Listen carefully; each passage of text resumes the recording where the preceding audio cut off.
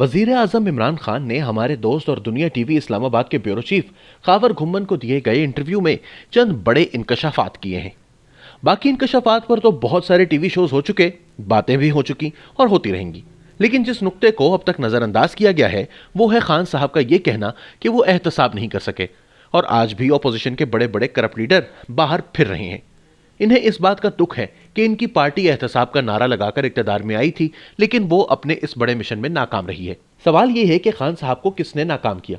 ایک تو وہی بات کہ وہ اور ان کے حامی خود کو تسلی دے سکتے ہیں کہ وہ کرپٹ ایلیٹ کا احتساب کرنا چاہتے تھے، لیکن پورا نظام ان کے خلاف ہو گیا۔ سب ملزمان کو عدالتوں سے ریلیف ملنا شروع ہو گیا اور اس بات کی انہیں بڑی تکلیف ہے۔ اسی لیے وہ ماضی میں بار بار چینی اور سعودی ماڈلز کی بات کرتے تھے، جہاں ان کا خیال ہے کہ حکمران بدعنوانوں کو لٹکا دیتے ہیں۔ ان کی باتوں سے پتہ چلتا تھا کہ وہ جمہوری نظام کے تحت چلنے والے احتساب کے اداروں کو اپنے مشن کے تکمیل میں رکاوٹ سمجھتے ہیں۔ ان کا خیال ہے کہ جمہوری نظام میں رہتے ہوئے وہ احتساب نہیں کر سکتے۔ وہ یہ بھول جاتے تھے کہ اگر ملک میں سعودی یا چینی نظام حکومت ہوتا تو کیا وہ خود ابھر کر وزیر اعظم یا کراؤن پرنس بن سکتے تھے؟ کیا وہاں کا نظام انہیں بادشاہ یا حکمرانوں پر تنقید کرنے کی اجازت دیتا جیسے وہ نواز شریف یا زرداری پر کرتے رہے، یا ان کا بھی وہی حشر ہوتا جو ان ملکوں میں حکمرانوں کے ناقدین کا کیا جاتا ہے؟ اب یہ تو ہونے سے رہا کہ آپ اس ملک کے وزیر اعظم تو بنے جمہوری نظام کے تحت، لیکن اب اپنے مخالفوں کے لیے آپ سعودی اور چینی نظام کے تحت سزائیں چاہتے ہیں کہ آپ کو کوئی روک ٹوک نہ ہو۔ تصور کریں اگر خان صاحب کے سیاست میں داخل ہوتے وقت اس ملک کے حکمران بھی چینی اور سعودی سزائیں دینے پر یقین رکھتے تو ان کا کیا مستقبل ہونا تھا؟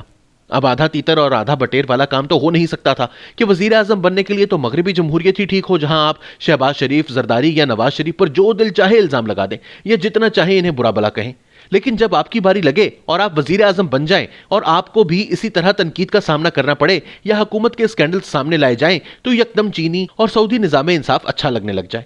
خان صاحب کو تو شکر کرنا چاہیے کہ وہ سعودی یا چینی نظام کے تحت سیاست نہیں کر رہے تھے، ورنہ نتائج ان کے لیے زیادہ اچھے نہ ہوتے۔ دراصل جب چینی اور سعودی ماڈل کی بات کرتے ہیں تو جواز پیش کر رہے ہوتے ہیں کہ وہ کرپٹ ایلیٹ کا احتساب کرنے میں کیوں ناکام رہے۔ ان کا مطلب بڑا واضح ہوتا ہے کہ اگر ان کے پاس چینی اور سعودی حکمرانوں جیسی پاور ہوتی تو وہ قوم کو مایوس نہ کرتے اور قوم کا لوٹا ہوا پیسہ وصول کر لیتے۔ اس لیے وہ چاہتے ہیں کہ لوگ ان سے کوئی سوال جواب نہ کریں کہ ان کی پارٹی تو احتساب کا نعرہ لگا کر پاور میں آئی تھی، لیکن اب تک کسی ایک کو بھی سزا نہیں ملی۔ سوال یہ ہے کہ خان صاحب سے کہاں غلطی ہوئی؟ میرے خیال میں کہیں کوئی غلطی نہیں ہوئی۔ انہوں نے جو کچھ بھی کیا خوب سوچ سمجھ کر اور پلان بنا کر کیا، نہ وہ بھولے ہیں اور نہ انہیں بھولا سمجھا جائے۔ انہوں نے احتساب کا نعرہ اس لیے لگایا تھا کہ زرداری اور نواز شریف کی لوٹ مار سے تنگ آئی قوم کو وہ ایک امید دلا سکیں کہ وہ ان سب کو نہیں چھوڑیں گے۔ اس وقت وہ یہ نہیں کہتے تھے کہ پاکستان کے لیے سعودی یا چینی نظام ہونا چاہیے جس کے تحت وہ سب کو سزائیں دلوا سکیں، بلکہ اس وقت ان کا پسندیدہ ماڈل امریکہ، برطانیہ اور یورپی معاشرے و حکومتیں تھیں، جہاں ان کے بقول حکمران معمولی سے اسکینڈل سامنے آنے پر استعفیٰ دے دیتے تھے،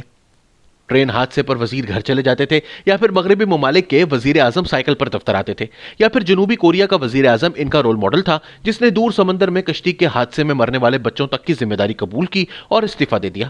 اگر آپ کو یاد ہو تو ان 20 برسوں میں شاید ہی خان صاحب نے سعودی حکمرانوں کی خوبیاں بتائی ہوں گی۔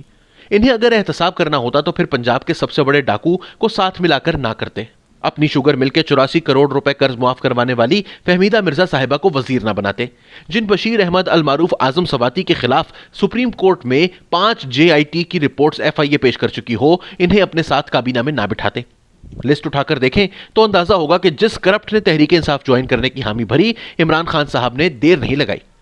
دوسرے لفظوں میں عمران خان دراصل کرپٹ سیاستدانوں کو بلیک میل کر رہے تھے، انہیں پہلے ٹارگٹ کیا کہ وہ کرپٹ اور لٹیرے ہیں اور وہ انہیں نہیں چھوڑیں گے۔ جب ان میں سے اکثریت نے ان کی پارٹی جوائن کر لی تو سب فرشتے ہو گئے، بلکہ انہیں وزیر بنا کر ساتھ بٹھا لیا اور باقی کو اہم عہدے دے دیے۔ ان کو برے صرف وہی کرپٹ سیاستدان لگتے ہیں جو ان کی پارٹی میں شامل نہیں ہوئے۔ اس طرح خان صاحب نے بھی نواز شریف کی طرح کا احتساب متعارف کروایا۔ جب سیف الرحمان کو زرداری اور بے نظیر بھٹو کے پیچھے لگایا گیا، چاہے ججوں کو فون پر ہدایات دی گئیں۔